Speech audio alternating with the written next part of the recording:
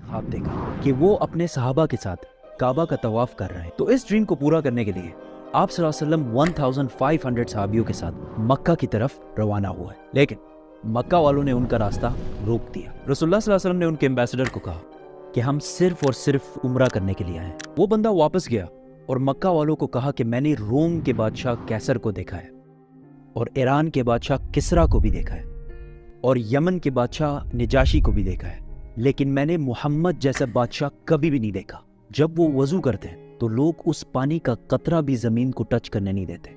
ऐसे आदमी और ऐसे फॉलोअर्स से लड़ना इम्पॉसिबल है।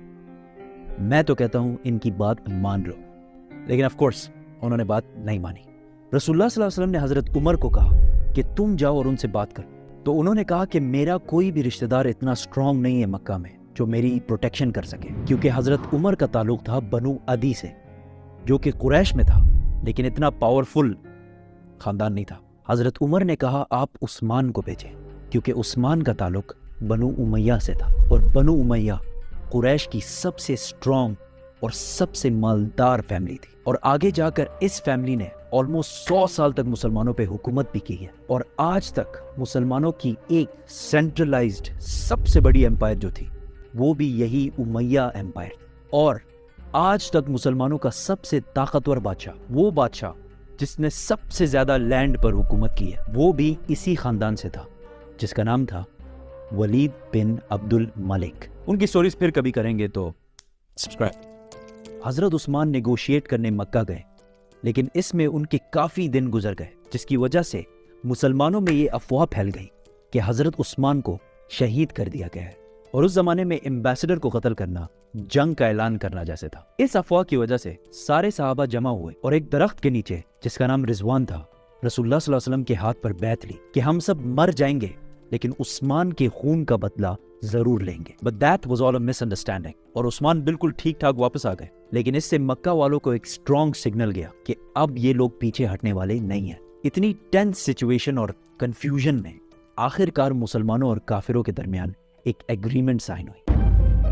नंबर 1 कि मुसलमान इस साल नहीं बल्कि अगले साल उम्रा करने के लिए आएंगे। नंबर 2 10 साल के लिए मक्का और मदीना के दरमियान कोई लड़ाई नहीं हो। नंबर 3 अगर मदीना से कोई आदमी मक्का जाए इस्लाम छोड़कर तो उसे कुछ नहीं कहा जाएगा, लेकिन अगर मक्का से कोई आदमी मदीना जाए इस्लाम कबूल करके तो उसे वापस करना होगा। किसी भी सहाबी को ये एग्रीमेंट पसंद नहीं आई, क्योंकि इसमें तो क्लियरली लग रहा है कि मक्का वाले बदमाशी कर रहे हैं। लेकिन रसूलुल्लाह सल्लल्लाहु अलैहि वसल्लम ने इन सारे सहाबियों की राय साइड पे करके इस एग्रीमेंट पर मोहर लगा ली। जो बंदा मक्का की तरफ से इस एग्रीमेंट को साइन कर रहा था, जैसे ये एग्रीमेंट साइन होने लगी उसका खुद का बेटा मक्का से भागकर इस्लाम कबूल करके यहाँ पहुंच गया, लेकिन रसूलुल्लाह सल्लल्लाहु अलैहि वसल्लम ने उसको वापस कर दिया। वो सहाबी अबू जंदल रोता रहा, चीखता रहा कि मुझे इन जालिमों के पास वापस मत भेजो, लेकिन a deal is a deal, उसको वापस कर दिया गया। काफी लोग ऐसे आने लगे और सबको वापस भेजा गया। एक दफा एक औरत भी मक्का छोड़कर मदीना आई, लेकिन उस औरत को वापस नहीं किया गया, क्योंकि मक्का वालों ने मुआहदे में एक गलती की थी और इस मुआहदे में लिखा था कि अगर कोई आदमी मक्का से मदीना आए तो उसे वापस किया जाएगा।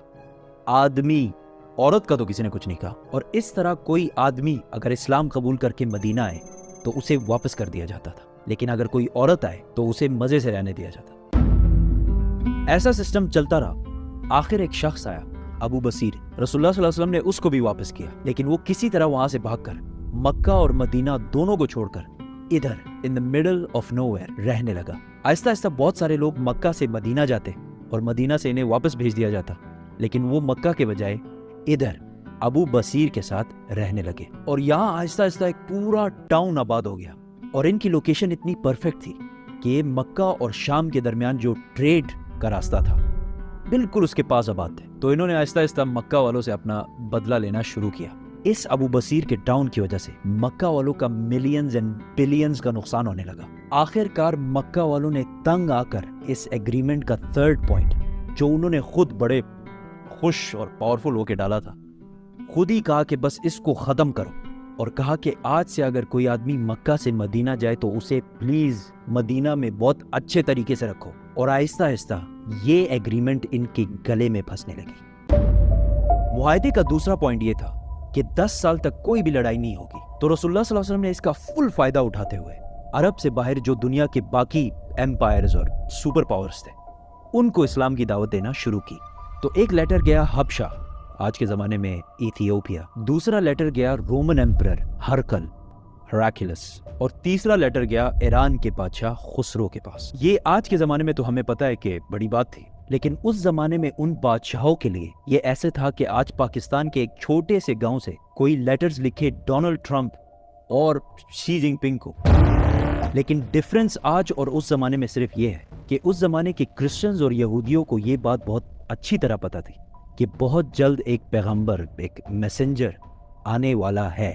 حبشہ کا بادشاہ نجاشی جو کہ کرسچن تھا, اس نے تو اسلام قبول کر لیا, لیکن رومن ایمپرر کو یہ بات بہت عجیب لگی. تو اس نے اپنے ایمپائر میں موجود کچھ قریش کے لوگوں کو بلایا, اور اس ٹائم ابو سفیان بھی رومن ایمپائر میں ہی موجود تھے. تو ابو سفیان کچھ عربیوں کے ساتھ رومن ایمپرر کے محل میں پیش ہوئے اور ان کو محمد صلی اللہ علیہ وسلم کے کیریکٹر کے بارے میں بتایا. رومن ایمپرر بہت امپریس ہوئے محمد کے کیریکٹر کے بارے میں سن کر, اور انہوں نے کہا کہ مجھے پتا تھا کہ بہت جلد ایک پیغمبر آنے والا ہے, لیکن وہ تم عربیوں میں سے ہوگا یہ میں نے کبھی نہیں سوچا. ابو سفیان نے وہاں سے باہر نکل کر اپنے ساتھیوں کو بولا کہ اب تو محمد سے رومن ایمپائر کا بادشاہ بھی گھبرانے لگا. یہ تو تھے دونوں کرسچن کنگڈمز, لیکن ایران کے بادشاہ زوراسٹرین پارسی تھے جو آگ کی عبادت کرتے.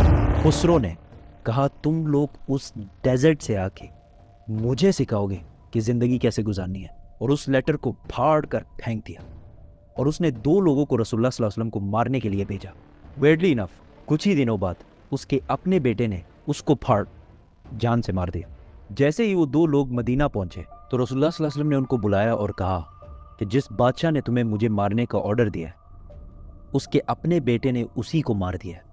وہ یہ سن کر حیران ہو گئے اور واپس چلے گئے. اس طرح اسلام کا نام آہستہ آہستہ پوری دنیا میں پھیلنے لگا, اور ویسے بھی مکہ کے ساتھ تو 10 سال تک کوئی لڑائی نہیں ہونی تھی. تو مسلمانوں نے اپنی ساری اٹینشن مکہ کو چھوڑ کر خیبر کی طرف کی.